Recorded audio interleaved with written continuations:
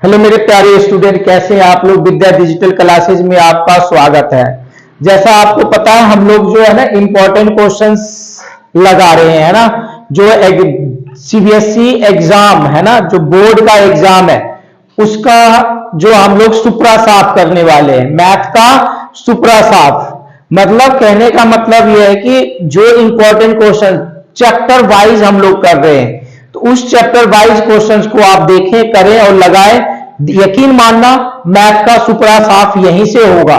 ठीक है, तो आज जो हम लेकर आए हैं आपके लिए चैप्टर 7 कोऑर्डिनेट ज्योमेट्री। क्या लेकर आए हैं? चैप्टर 7 कोऑर्डिनेट ज्योमेट्री का जो इंपॉर्टेंट क्वेश्चंस हैं, जो बोर्ड के लिहाजे से, बोर्ड के पेपर के हिसाब से, जो बोर्ड के पेपर में जिस प्रकार के क्वेश्चन सेट किए जाते हैं वही क्वेश्चंस मैं आपके लिए लेकर आया हूं। तो एक्सरसाइज हम जो कर रहे हैं ना, एक्सरसाइज 7.2, एक्सरसाइज 7.2 एग्जाम्पल नंबर जो करने को जा रहे हैं ना, एग्जाम्पल नंबर जो हमारे पास है 6, जो 7.2 का जो एग्जाम्पल 6 है वो हम करने जा रहे हैं। तो एग्जाम्पल 6 में है, find the coordinate of the point, find the coordinate of the point which divide the line segment joining the points 4, -3 and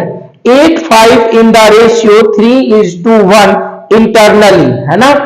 तो क्या कह रहा है क्वेश्चन में, एक लाइन सेगमेंट है हमारे पास। क्वेश्चन में क्या दिया हुआ है, एक लाइन सेगमेंट दिया हुआ है। इस लाइन सेगमेंट का नाम है ए बी, हमने दे दिया। इसकी पॉइंट भी दी हुई है 4, -3, 8 और 5।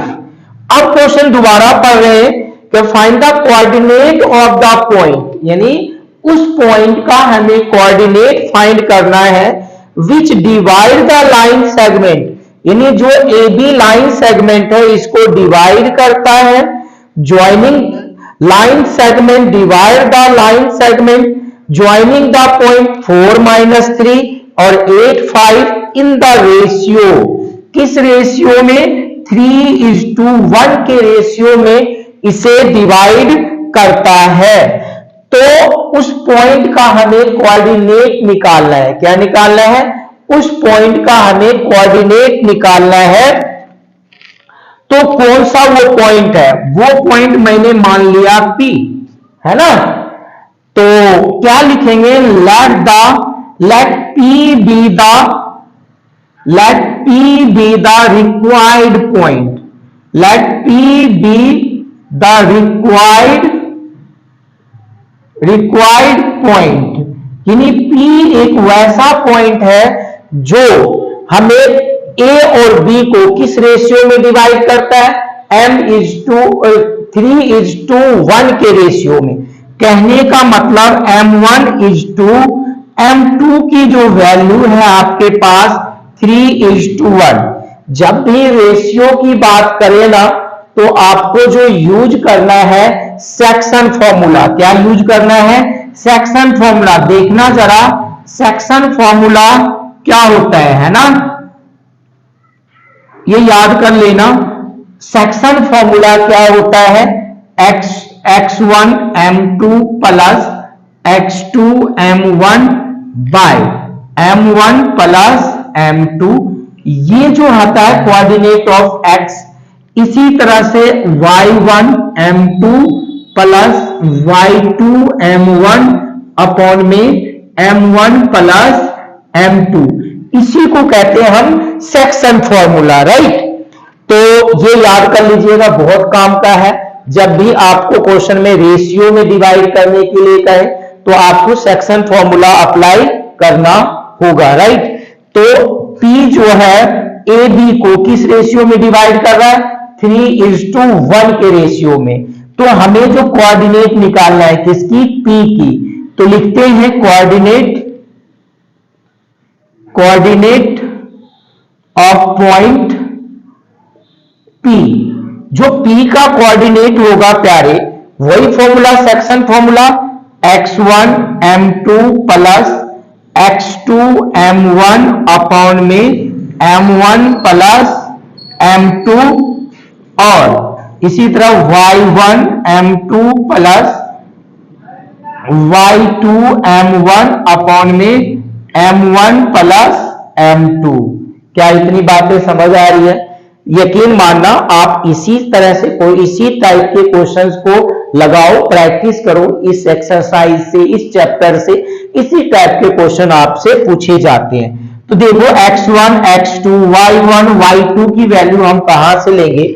जो ऑलरेडी पॉइंट हमारे पास दिया हुआ है a और b, इसको हम कहते हैं x1, ये होता है हमारा y1, ये होता है x2 और ये होता है हमारा y2। सो दैट x1 की वैल्यू आपके पास कितनी है? 4 है। m2 की वैल्यू आपके पास कितनी है? 1 है। यहां जो रेशियो होता है वो m1 और m2 कहलाता है। x2 की वैल्यू आपके पास कितनी है? 8 है। और m1 की वैल्यू आपके पास कितनी है? 3 है। और m1 प्लस m2, 3 प्लस 1 क्या है? 3 प्लस 1। इसी तरह से जब y1 की वैल्यू आप देखोगे तो आपके पास -3 है। m2 की वैल्यू देखोगे तो 1 है। y2 की वैल्यू देखोगे तो कितना है आपके पास? 5 है। और m1 की वैल्यू देखोगे तो आपके पास कितना है? 3 है बटे में m1 plus m2। m1 3 plus 1, 3 plus 1, तो ये हमारा जो आ जाएगा आपके लिए 4 प्लस 8 3 जा 24 बटे में 4, और ये आ जाएगा -3 प्लस 5 दिया 15 बटे में 4। क्या इतनी बातें समझ आई आप लोगों को? अगर इतनी बातें समझ आई है ना, वीडियो को लाइक कर देना, अपने दोस्तों में शेयर कर देना। 24 में 4 जोड़ेंगे कितना आ जाएगा? 28। ये तो आपका सेक्शन फॉर्मूला है, ये याद कर लीजिएगा। 24 और 4 28 बटे में क्या हो जाएगा? 4, और ये कॉमन है, ये x एक्सिस के लिए निकला है, ये y एक्सिस। 15 में से 3, देखो ये प्लस का और ये माइनस का, 15 में से 3 घटेगा कितना आएगा? 12 बटे में 4। अब इसको काटो, 4 एकम 4, 7 चौक 28, 4 एकम 4, 4 तिया 12, यानी 7 और 3। यानी हम कह सकते हैं जो पॉइंट P है इसका कोऑर्डिनेट कितना निकल गया? 7 और 3 निकल गया, राइट। इसी तरह से ये क्वेश्चंस आपको करने हैं। अब मैं एग्जांपल नंबर 7 पे चलता हूं, ठीक है।